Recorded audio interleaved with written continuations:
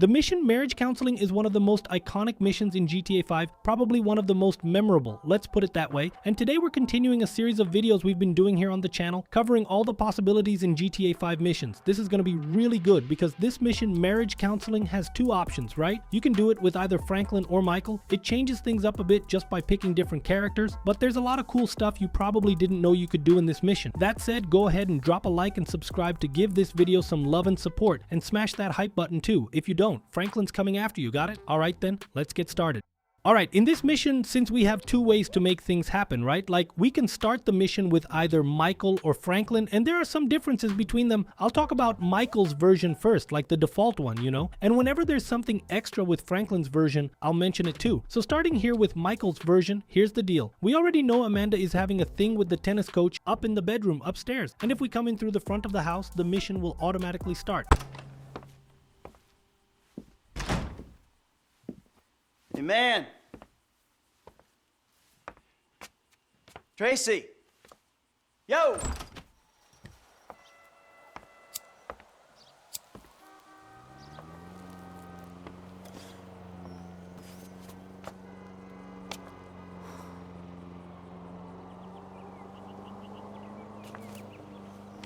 Amanda! Amanda!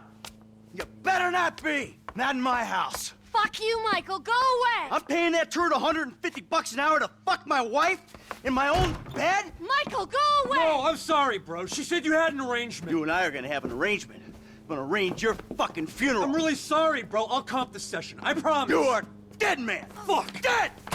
Come here! Ah! Fuck, man. Hey, you! Stop it! What's up, man? Get out of my way. Michael, calm down. What the fuck is going on? Nothing happened. It was a misunderstanding. She fucked a brick in my bed. You bullshitting It me. wasn't like that. You in? Fuck it, I'm in. Let's roll. Let's get this motherfucker. Just don't kill him!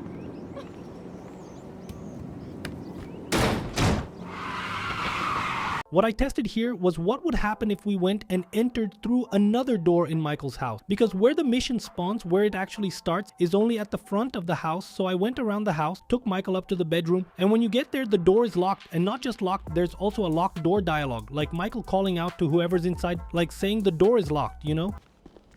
The door's locked.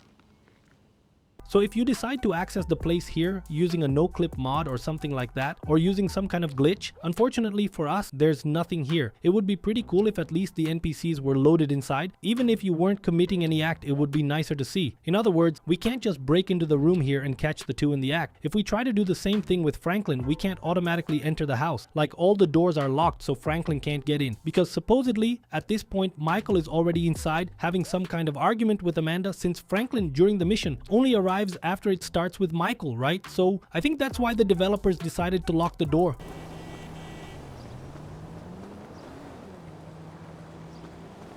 If you use a mod to get into the house with Franklin, inside it will be completely empty, the bedroom will be unlocked and everything, but the mission will kind of freeze or bug out. Then, when Franklin goes to the front of the house, that's when the mission will start normally. So going back to what we were testing with Mike, I tried coming here and shooting the tires of the car before the mission, specifically the tennis coach's car, because right when the mission starts, the tennis coach drives off in the car. So if the car wasn't totally wrecked, but at least had flat tires, it would be easier for us. Unfortunately for us, the game fixes the car automatically.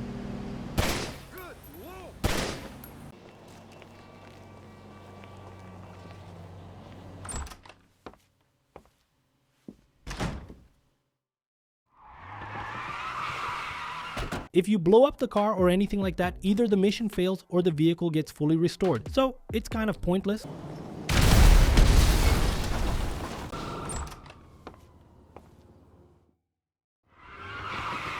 With Franklin, the moment the mission part starts is completely different. It's that part where the tennis coach is already jumping over the balcony. Ah! Fuck! This has got to stop happening to me. $150 an hour to fuck my wife in my own bed? Hey, you! Stop it! What's up, man? Get out of my way. Michael, calm down. What the fuck is going on? Nothing happened. It was a misunderstanding. She fucked a brick in my bed. You bullshitting It me. wasn't like that. You in? Fuck it, I'm in. Let's roll. Let's get this motherfucker. Just don't kill him! So, if you come here and try to intercept him at this moment, there are some pretty cool things you can do. For example, if you come here from the car side on the right and then head towards the balcony, you'll be able to see the tennis coach jumping. And a really interesting fact is that the balcony plants don't fall the same way as in the Michael mission cutscene. In other words, when we do the mission with Michael, it shows the tennis coach jumping and a bunch of plant pots falling along with him. But when we do it with Franklin, that doesn't happen. Like, you only see the tennis coach falling.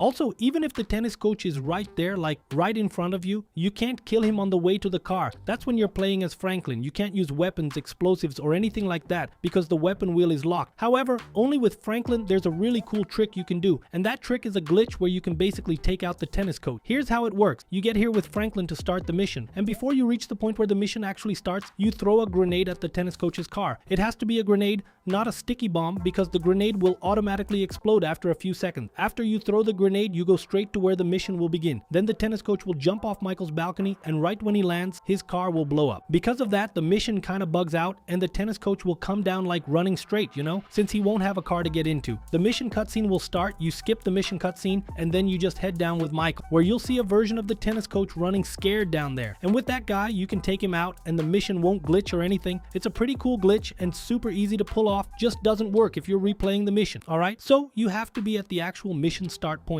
Now, leaving that glitch part behind, the mission continues normally from the moment Franklin arrives and the cutscene plays and all that. If we started the mission with Michael, we'll have a dialogue during the chase after the tennis coach. Check it out. This truck yours? The guy's doing some work for me. He'll get it back. Might have a dead body hooked to it, but he'll get it back. Oh, so we killing this dude? You wish he was dead. Is that a problem? Shit, a dog shouldn't shit in another dog's kennel. Exactly. People have been shitting in my kennel for too long. And if we start this mission with Franklin, we'll get a different dialogue while we're chasing the tennis coach. You okay, homie? What happened? Guy bounced my wife is what happened. Which guy? The guy I'm paying to teach her tennis. The tennis coach? Oh, that's fucked up, man. You rich dudes, homie. You know, back in the hood, man, we gotta watch out for the mailman, dog. Yeah, I'm a cuckold, a snob, and a fucking cliche. And if in either of the two you don't chase him directly, like if you head to another spot, the dialogue with Michael will skip ahead where he says he knows the tennis coach lives somewhere in the canyon, and you go there straight away. And this dialogue also happens even if you're following him, but only triggers when you lose sight of him. Hey, we ain't gonna get that dude at this rate. Fuck, man, I think we lost his ass. He lives somewhere up in the canyon. We'll find him. If you chase the tennis coach using a no-clip mod or some other kind of mod, there's actually a route you can take too, but it's pretty tricky to pull off. You'll find out that the tennis coach actually heads somewhere else. He doesn't go straight to Martin Madrazo's place, which is that area where we see his car parked down below and all. Actually, he goes to the house upstairs, his own place. You can tell it's his house because there are some rackets, tennis balls, that kind of stuff. And then he kind of glitches out there if you're waiting for him, or he disappears instantly. Sometimes the mission even freezes until you manage to lose sight of him. So if you don't lose him from sight, the mission won't continue.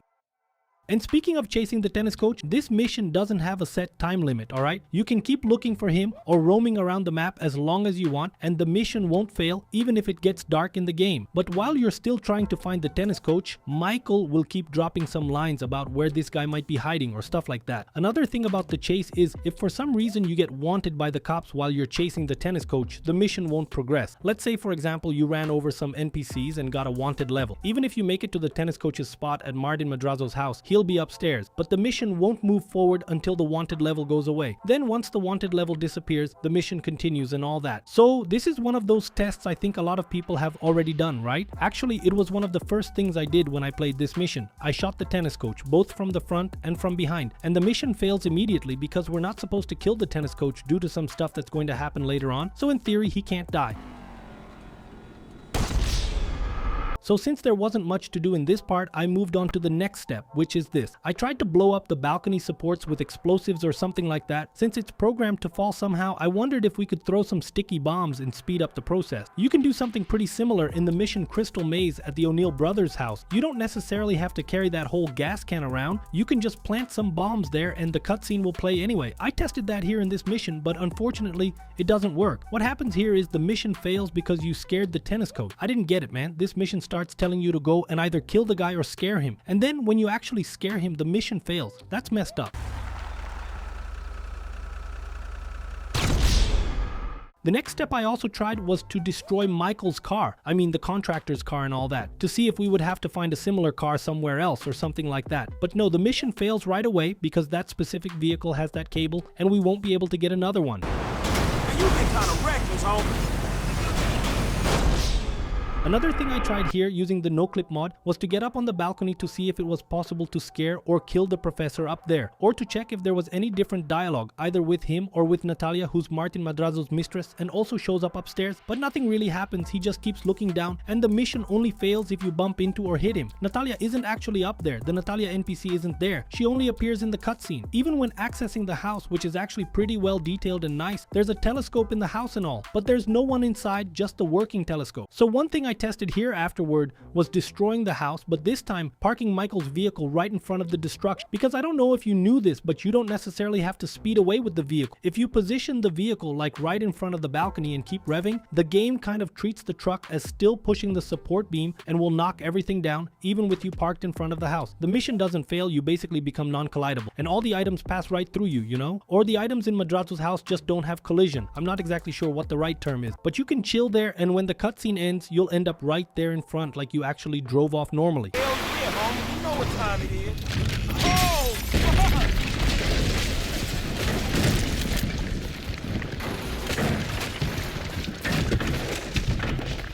After the destruction, I went back to the house to see if I could find the tennis coach or Natalia. I went around, went upstairs, entered the house using the no-clip mod. The NPCs don't show up anywhere. It would be cool if they appeared there, even frozen or scared. Man, that would be the level of realism we want in GTA 6, right? But nope, not really. Unfortunately, the house is completely empty, and just like when you start the mission with Michael or Franklin, you get different dialogues during the chase. After destroying the house, you have a conversation with Michael. So like, there's a line right after the house gets wrecked. If you started with Michael, or if you started with Franklin, you get a different dialogue. But either way, both dialogues are pretty cool. Yeah! Fuck, come on! Fuck, man, fuck! Oh, we did it! Fuck his ass! Yeah, fuck him. But was we really trying to pull that dude house off the fucking hill? Hey, we were trying to teach him a fucking lesson. Now that's an expensive bitch-ass lesson, man. Maybe he'll keep it on the court and out of my wife. Yeah, he not taking no housewives back to that motherfucker. Hey, it's a service to the fucking community. Then after that we get a call from Martin Madrazo's wife, actually his mistress, right? Since it's not Patricia. So the first thing I tried was not answering the call, but you can't. The call picks up automatically like there's no way to avoid it. I'm scared, lady.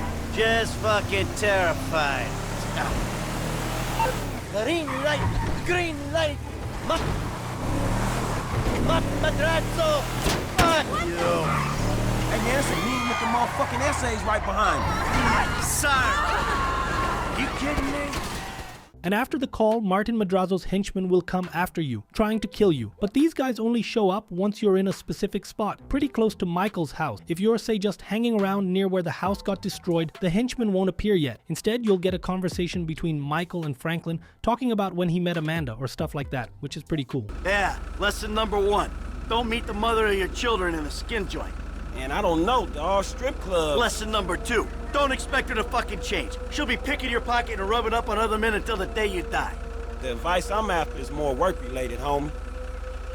Only after you start heading towards Michael's house, when you get close to the house, Martin Madrazo's henchmen will show up. You can kill them, and regardless of whether you take them out with Michael or Franklin, the dialogue will be the same, with Michael telling Franklin to go practice his aim at the shooting range. Wow. Shit. You did good. I mean, your aim's all over the place, but you were a help. Thanks. I guess. Hey, don't get defensive. Go to a shooting range, work on your aim. You'll do fine. But during the chase, while the henchmen are after you, if you're controlling Michael, there will be some dialogue. How much distance we got between us? We got a book, man. Go. Can you see them? Are they still back there? You crashed. Hey, let's go. Let's leave them behind. And if you're controlling Franklin, there'll be different dialogues, which is pretty cool. Hey, let's go. Let's leave them behind. Shoot that gun, kid!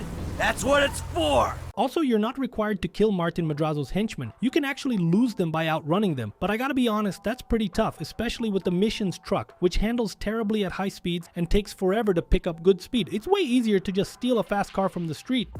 And there's another really cool trick you can do in this mission. The goons only show up after you finish the call. But if you end the call almost at home, you know, like right near Michael's house, the NPCs won't spawn. Specifically Martin Madrazo's goons. There are some speedrun techniques online where people take alternate routes to get to Michael's house before the call ends, or just at the very end of the call, so there's no time for the goons to spawn. Or you can simply teleport to Michael's house and the final cutscene will play automatically. This part is really great, right? More flexible, makes the mission end faster, and you go straight to the mission's conclusion, especially if you want to get gold on the missions since you damage the car less without the chase.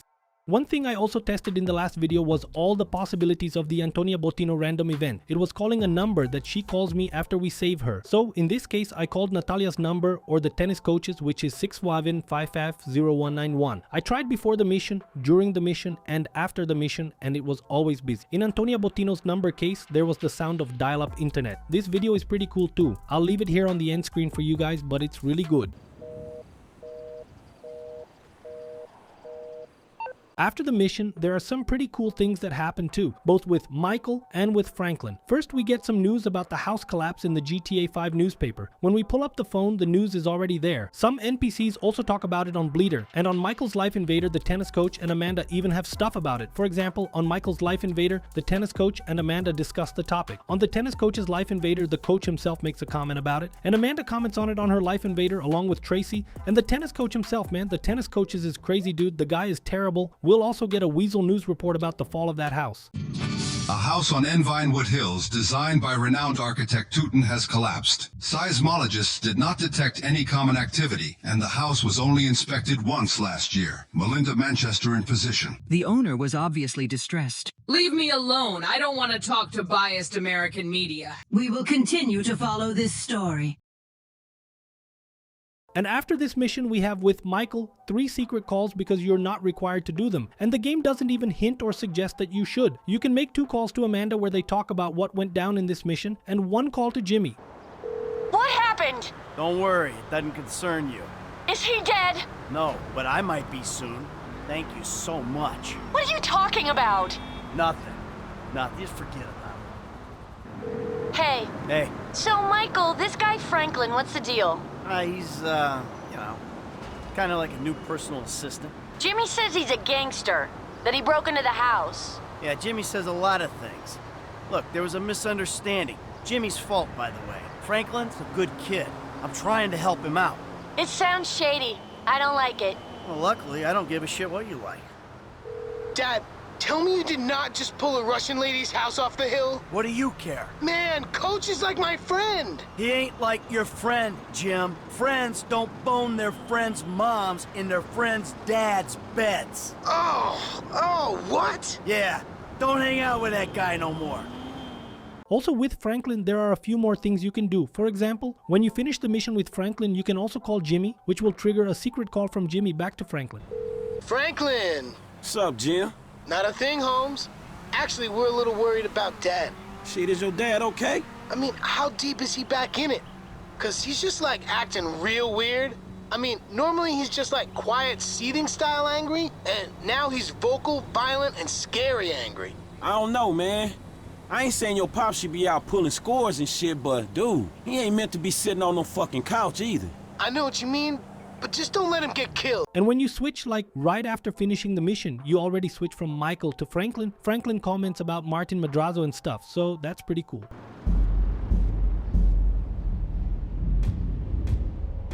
Martin Madrazo?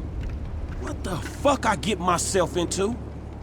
And one last final note, which I think a lot of people noticed, but it was already mentioned here on the channel in other curiosity videos, is that Franklin's driver's license is never returned. It's taken by Martin Madrazo, right, when he wants to find out who Franklin is. And yeah, there's no giving it back, man. He keeps the guy's license forever. Pretty messed up. And that was the video covering all the possibilities of the marriage counseling mission. If you have more ideas for possibilities, drop them in the comments below or post them in the channel community. I've mentioned this in another video before, but the channel community is now like an open tab for for posts. So basically you can post there, I'll check it out, and then I'll bring it into a video, giving credit to whoever shared that curiosity and all. And that's it, guys. I hope you enjoyed the video. If you did, don't forget to like and subscribe. Click right here next to the yellow arrow to watch the video with all the possibilities of the random event with the woman who's buried alive. That's Antonia Bottino, the daughter of the mobster. I hope there's some reference to this in GTA 6, right? Since they're talking about the Forelli family and all. And that's it, folks. Wishing success to everyone. Big hug, and I'm out.